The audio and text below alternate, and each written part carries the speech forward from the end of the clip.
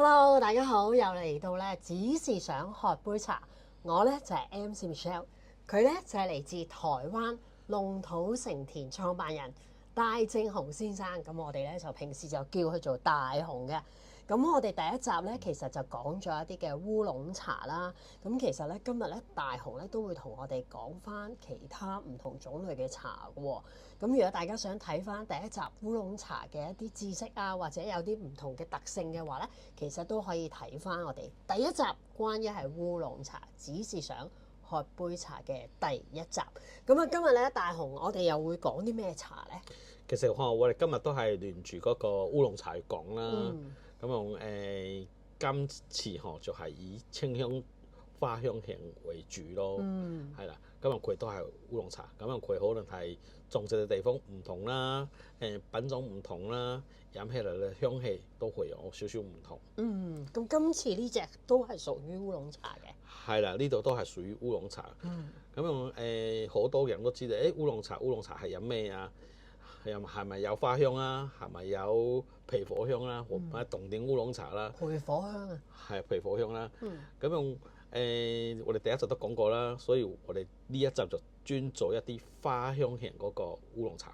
今次咧我哋就專注喺一啲花香味比較重嘅茶上面啦。係啦。咁用咩叫花香型比較重？其實茶葉佢都有自帶香氣，咁我就透過製作工藝，令佢嘅花香更加明顯啦。係啦，咁用我哋而家都係飲一啲，我就揀咗4款啦。係啦，從一啲比較特別嘅做法啦，到高山啦，我哋都有。係啦，咁你啱啱咧就講咗啦，有4種唔同品種啦、唔同產區嘅烏龍茶啦。不如你逐款同我哋介紹下。係啦，咁我就揀咗4款比較花香比較明顯啲茶啦。咁我第一款就係嗰個文山包種茶啦。文山包種茶係啦。咁用呢種茶其實佢最主要都種植係宜蘭嗰邊，台北啊宜蘭嗰邊啦。係。咁樣佢而家全台灣宜蘭同埋台北嗰邊。係啦。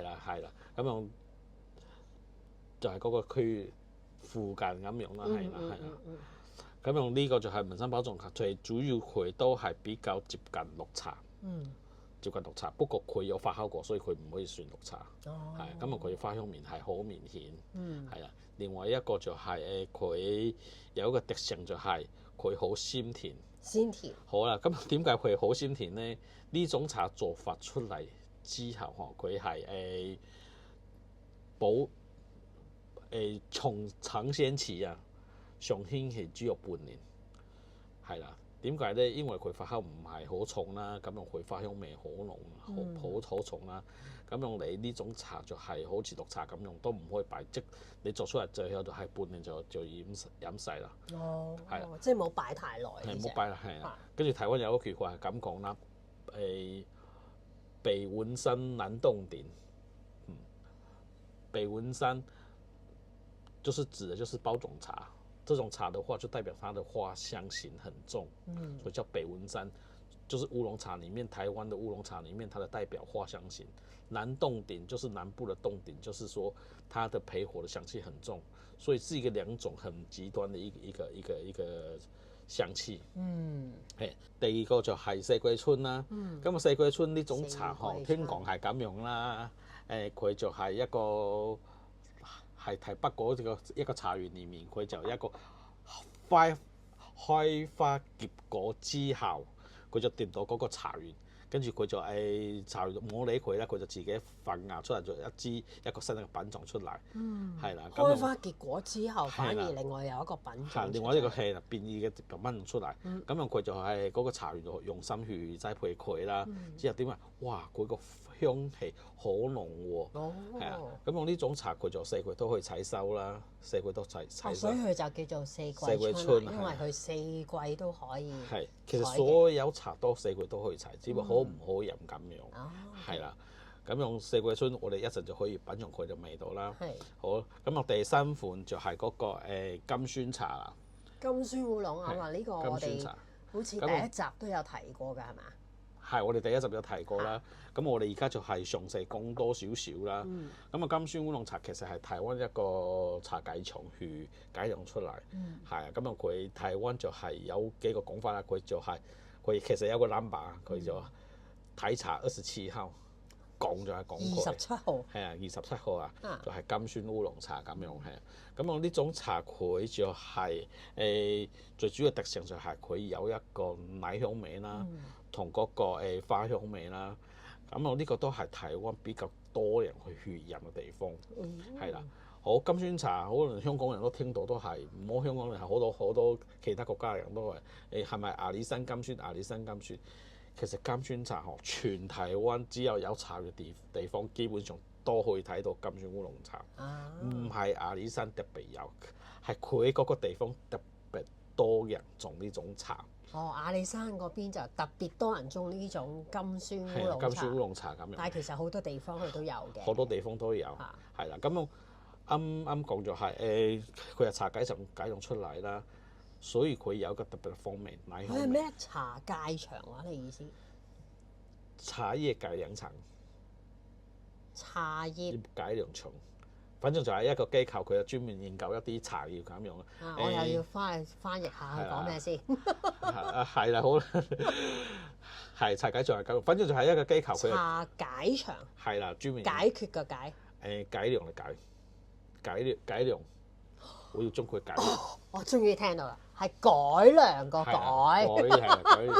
係啦，茶改場。係啦，咁樣佢就係因為台灣種茶多啦，咁樣我需要用咩茶香啲啦，適合種咩品種啦，咩品種會香啲啦，跟住係適唔適合焙火啦，發酵幾多啦，咁樣佢會做呢啲研究啦，係啦，咁樣佢呢種茶就出嚟之後就哇好深受台灣人中意，咁我就做好多人都風靡呢種茶啦，所以多人從佢嘅價錢就會比較平少少啦，係啦。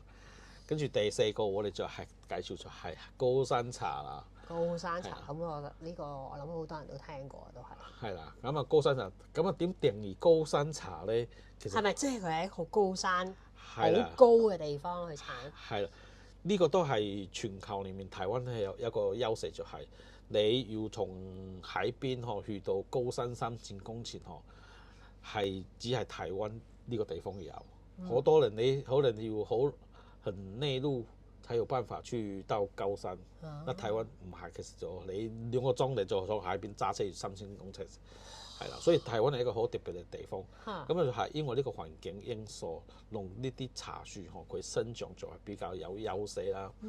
咁啊，何謂高山茶？其實台灣超過1000公尺，仲係1000公尺以上。1000公尺以上嘅山去種嘅茶就屬於高山茶啦。屬高山茶啦，咁啊可以去到2000幾啦。咁啊，相對就越高價錢越高。咁樣高最高係去到幾高咧？幾高我記得好似2500、2600都有。2600。係2600都有。2500、2600都有係啊。大計都高度有冇影響佢嗰個品質啊，或者特性啊之類？係有，因為點解高山茶咁多人中意佢嘅原因就係你越高山佢就越凍，咁樣佢嘅照就越少。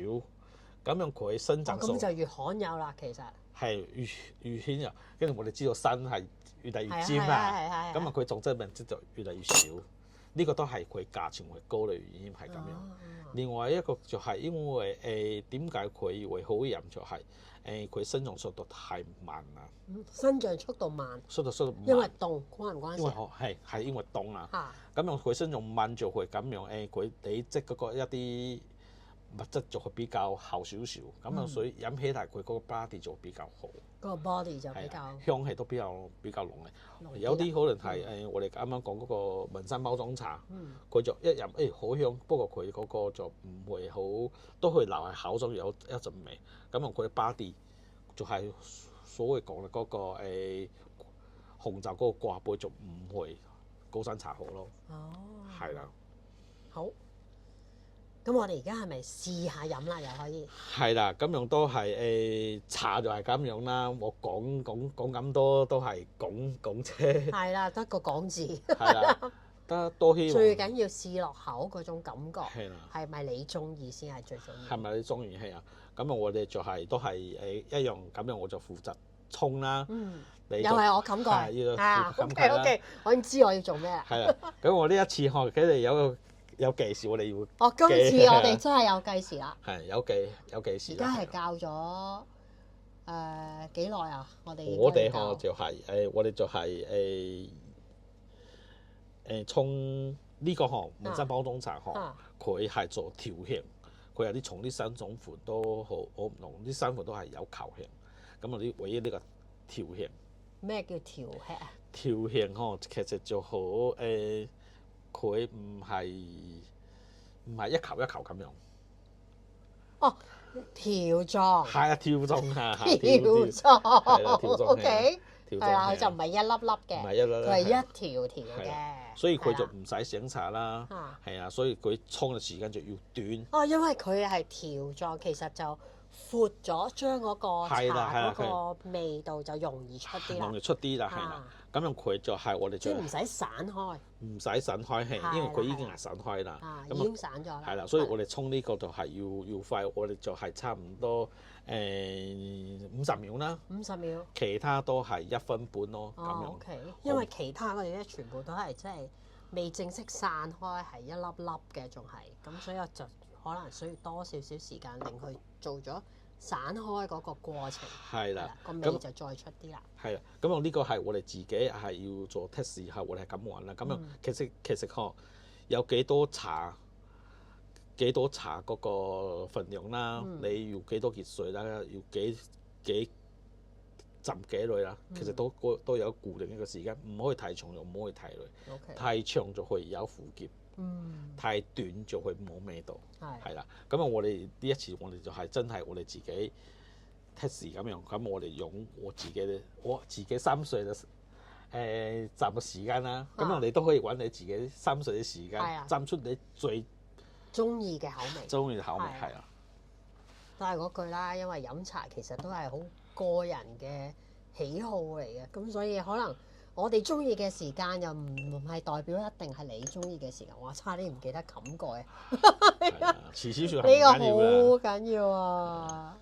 係啊，因為上次咧第一集嘅時候咧大雄都有講過啦，出去比賽咧，其實幾耐冚蓋啊，個水嗰個溫度啊，點樣倒法啊，倒幾耐啊，其實都有影響個茶嘅味道咯。係啦，而家就我哋就係14就可以沖出嚟啦。嗱，而家咧就14:03，咁我哋呢個就大概係50秒係嘛？係啦，50秒啦。咁啱啱我哋沖嘅時候就大概係10幾秒嗰時啦。10幾秒啦，係啦，咁所以就大概04分應該都差唔多。係差唔多係，我就 relax 啦。第一隻係啦，第一款係。呢隻就係文山包種茶。係啦。咁樣都講少少啦，佢可以用100度啦，咁樣都有建議就係90至95。哦，OK，即係唔使一定係100度去飲嘅呢隻，係啦，可以90至95都得。係冇錯，呢個就係文山包種茶佢嗰個比較特別嘅地方。另外一個就係好多人問我，咁可唔可以冷泡啊？可以，尤其係文山包種冷泡嗰個香氣都好濃。好啦，我哋夠鐘啦。係啊，夠鐘啦。係啊，試下先。呢個嗰個速度就比較快啲，因為佢係條狀啦。頭先就講過，咁我望下佢嘅顏色先，係啦。咁佢都係屬於比較淺色啲嘅。係啊，我哋就會有一個比較綠黃色啊，綠黃色係啦，淺綠色係啊，佢就比較好色啊，係佢雖然好淺。不過佢一陣我哋試嗰時就會好明顯，哇！咁前佢嘅花香味都好濃喎，係啦。咁我其他我都慢慢都出咗先啦。好啊。係啦。呢個就係四季春，四季都可以採摘嘅。其實茶四季都可以採摘，只不過好唔好飲。係啦。咁佢嘅特色就係四季採都咁好飲咯。係啦。所有茶都可以四季四季採，係啊，只不過佢採出嚟好冇好唔好啫飲咁樣？係啦，冇錯。好，咦？今次睇落去又4種顏色都差唔多喎。咁啊，大雄又係試茶時間啦，係嘛？係啊，我咧就係茶都要試，會知道佢方面喺邊度啦。咁我哋從紋身包種茶開始試啦。好。咁啊，佢好標準嗰個香氣，其實就係蘭花香氣啦。蘭花嘅香氣。咁我哋試下用我嗰個味道啦。哦，好啊，好啊，好啊！文山嘅包種茶，咁啊特色就係有陣蘭花嘅香氣啊！試下先，係啦。咁啊，既然係咁咧，大家可以望一望。其實今次4款嘅茶，嗰個茶色咧望落去都係差唔多，淺淺地嘅綠黃色係嘛？係啦，係啦，係啦。其實你簡單如果揀一啲茶係咪有我花香味啦？其實就係呢種淺橙色。基本上佢哋都可以表現出佢嘅香氣出嚟。茶葉發酵之後產生嘅花香味。呢個花香味真係幾重喎，其實。係啊，呢個就係比較重香氣。其實呢個應該係擺最後，因為呢個係紋身包種茶係所有茶裡面佢花香最重嗰種茶。哦，所以中意聞茶香嘅話咧，係啦，其實可以最後先飲佢嘅。係去最後就係飲佢。咁啊，如果你中意你獨一隻只有一種茶，自己屋企自己沖，你就去買呢種茶就好啦。哇！咁其實一沖完成屋都會好香嘅喎，應該。咁啊香。係嘛？呢個就未必啊，因為佢唔係佢我哋食嘢好多嘢其實清香只係好似我哋做嘅研究，有啲花香佢就係只係1味5，超過1味5，其實你好難聞到佢嘅味道。超過1秒啊？1味5。咩叫1味5啊？超過5尺啦，超過5尺嗰個香氣。超過1米。係啦，1米係啦。超過1米5。係啦。1.5米。係啦，佢嘅香氣就其實就唔見咗啦。哦，咁我喺每1.5米就擺一杯茶咯，得唔得？都可以啊，都可以啦。啊！不過我哋係飲茶啦，我哋唔係聞茶嘛。哦，你又講得啱。係啦。咁啊，試下第二款啦。第二款就係四季春。四季春。係啦。咁樣佢花香味就係好多人就係講，可能有一啲梔子花啦，或者係野薑花啦。啊，梔子花。白花吧。係啦，係啦，係。就類似有呢啲味道咯，或者係有桂花啦。係。咁啊，每一個人對花嗰個聞香嗰個知識或者係記憶，都係你要自己要有記憶嗰個香氣，你就係飲，你就會 get 到嗰個味道咯嚇。咁啊，基本上我哋都係講一啲白花嘅味道咁樣。白色嘅花。白色嘅花朵咁樣，我哋統稱啦，係啦。統稱係。係啦，係啦。好啊，我哋又試下。你可以試下，我都試下，係啊。呢個都係我最中意嘅一款茶。呢個飲落口咧，就同頭先嗰個已經有幾大個分別喎。飲落口呢隻咧就即係啱啱嗰隻文山包種茶咧，個花香就比較重啲。但係咧個味道咧就會係淡香啲嘅，係啦。咁呢隻咧飲落口就已經係個茶味係出啲嘅喎，其實係。咁就文山包種茶，佢就係清爽鮮甜，咁佢就一個好濃嗰個花香味。呢隻咧係啊，咁四季春其實佢就有一個佢自己本身嗰個品種嘅香氣，所以佢係同紋身係非常之唔同，大家都係輕發酵，係啦，所以佢呢座就我哋講，四季春佢嘅品種香氣就係咁樣。好啦，咁樣我哋就下一個就係飲金萱啦。金萱好。係啦，你就可以好明顯，哇，都係輕發酵喎，都係烏龍茶喎。係。點解佢嘅香氣會咁唔同？係啦，呢個就係飲品種啦，飲虛肉啦，飲環境啦。嗰時飲環境。環境。去環境。我呢個係有機栽種啦，或者係有栽培管理啦，或者係500公尺啦，1000啦。栽培管理。係啦，栽培管理啦，係啦。咁樣高度都有差啦，係啦。種茶嗰個人嗰個心情都係影響喎。真嘅嗎？咁你用心管理啊嘛，咁係啊，你唔可以追肥追得太嚴重啦，唔可以用太多化學嘅嘢啦，或者係為咗要肥啲或追好多有機肥啦，咁啊都唔係太好啦。我哋係想種一啲真係可以入口，唔會哇好香，不過你飲一啖你唔想再飲第二啖。係啊，呢個就係好關於嗰個農夫佢用咩心情去種啦。係啊，就係呢個甘酸咯，你都可以試。其實都一樣係啊，都係好睇農夫係啊，係啊。咁係，其實每做一樣嘢，自己嘅心情啊，或者個心機咧，擺幾多，付出咗幾多，其實都係有分別嘅，真係。我諗除咗係即係種茶之外啦，做每一件事都係。係啊。咁樣我哋講下甘酸嗰個味道啦。其實佢就係少少會有一啲奶香味啦，跟住就會有一啲百花嘅香氣啦，好似梔子花啦，或者係桂花呢啲。諸如此類嘅嘢咯，香氣啦，係咁啊！呢個就係甘酸氣。咁我最後一個安排就係嗰個高山茶。高山茶係啦，咁啊，呢個頭先好似話係1000尺係嘛？係啦，1000尺以上都係算高山茶。咁我哋就唔好預理佢幾高啦。咁我你1000同2500。除非你真係好勁，好經常飲，咁啊你就可以分到嗰個味道。咁啊你超過1000尺，佢嗰個膠質或者係香氣。膠質係就係比較好似飲紅酒咁樣去掛杯咯。係啦，佢就比較稠少少咯。其實你比較咩少少啊？比較粘稠啊。比較黏少少，係啦，比較黏，咁啊唔係好澀。我聽到話比較臭少少，比較係啦。咁啊，我哋就香港人比較精彩叫掛杯啦。掛杯掛杯就容易理解啦。之前我同客講比較稠少少，膠質比較多。比較稠少少係咪聽到？最後尾就係有一次上飲一個紅酒班，佢就你可以用掛杯啊，係啦，咁樣佢嗰個 body 佢就係講 body 佢。比較高少少，係咁就會掛杯。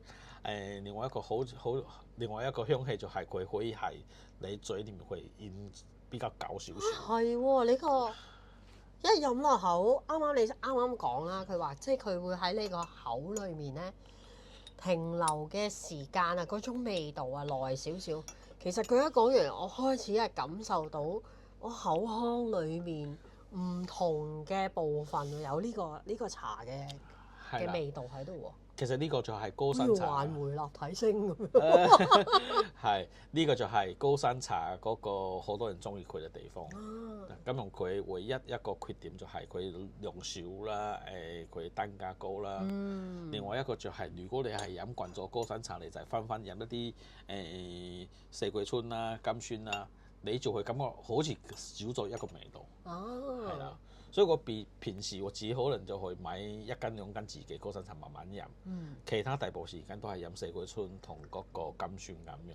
咁你可唔可以即係都同大家講下，其實價格上有冇話個分別有幾大咧？即係高山茶同其他價格上，如果你以香港嚟講嘅話，呢個都係可以差到3-4倍喎。高山茶3-4倍嘅價錢。咁啊，即係證明佢嗰個罕有嘅程度啊，同埋嗰個即係比較難攞到、難採到嘅程度咧，哇，都有3-4倍咁多可能。因為茶基本上佢都會有苦澀味，係一定都會有苦澀味。咁樣佢如果你係日照嘅時間越短，佢苦澀味就越少。咁我哋都知而家氣候唔係太好啦，都好熱啦。咁樣佢就會將佢嗰個苦澀味就會多啲咯，係啦。咁樣產量就會越嚟越少咯，係啦。唔錯，咁係啊，呢4款茶其實都係你睇顏色起嚟都係好清啦。呢個就係輕發酵啦，係啦。哦，呢4款都係屬於輕發酵嘅茶。輕發酵培根啦，培根係啦，乾淨個乾，乾淨嘅乾係啦，係啦。咁我呢個都係比較台灣比較代表。咁我再補充少少嘅呢個高山茶，我哋係用青心烏龍呢個品種。青心烏龍，從周圍都可以睇到佢，只不過係佢邊個山頭會比較風味比較少少唔同。咁啊差唔係太遠啦，除非你真係哇一飲就知道哇呢個放到2克銅，呢個係加咗3克銅，你係好明顯分別。所以如果唔係，你揀你中意飲就 OK 啦。哇！呢個 after taste 真係好犀利，係啊！而家都仲係喺裏面環迴立體聲緊，環迴緊周圍嗰個味道啊，犀利！係啦，呢啲就係我哋講緊，即係喺飲完茶之後嗰種齒頰留香啊，算唔算啊？齒頰留香可以咁算啦，咁樣佢都係留喺你口中嗰個時間啦、回甘啦，都比較耐少少咯。係啊，齒頰留香啦，係啦。好啦，咁今日咧就嚟到我哋第2集嘅尾聲啦。咁啱啱咧今日就介紹咗邊幾款啊，大雄？我哋就介紹咗文山包種茶啦，文山包種茶，四季春啦，四季春，係啦，跟住呢個金萱啦，金萱烏龍，同埋呢個係高山茶，高山茶係啦。咁我哋咧就下次咧第3集就再同大家見面啦。咁啊，大家咧記得 like 啦、share 啦，同埋咧就係 subscribe 我呢個 MC Michelle 嘅 channel 啊。咁啊，再介紹下佢，就係嚟自台灣龍土成田創辦人大正雄大雄。咁我哋下集再同大家見面啦。拜拜。大家如果有啲咩想知嘅，都可以留言俾我哋㗎。拜拜。拜拜，再見。